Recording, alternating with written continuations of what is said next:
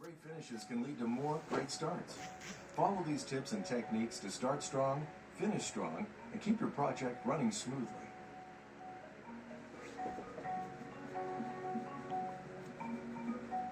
When your room is ready for drywall, follow these simple steps for easy installation.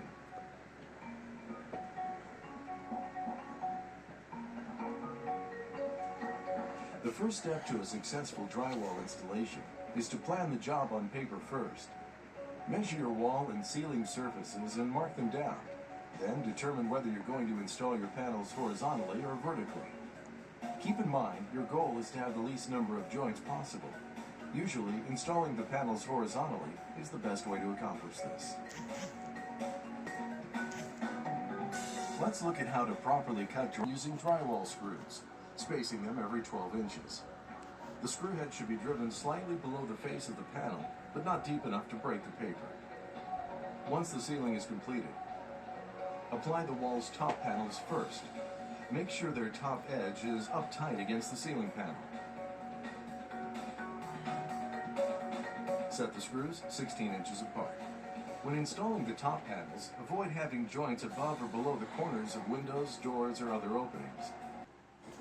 What I'd like to show you today is how to cut drywall metal corner bead for a doorway.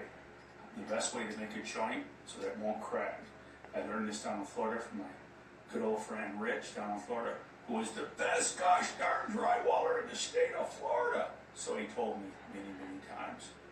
All right, so please join me.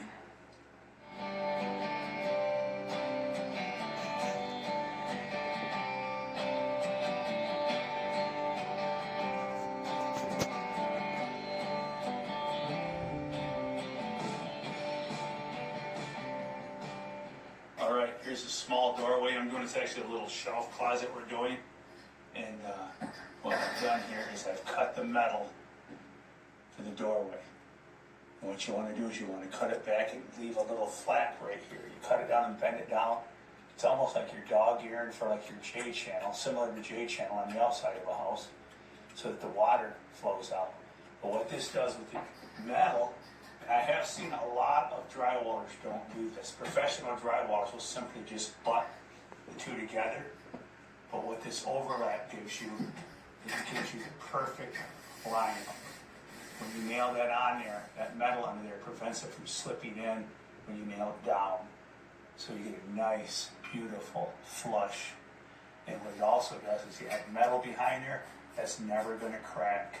You don't have to tape it. It's going to last. So right there is the way to go. Thank you, Rich, in Florida, for teaching me how to do doorways.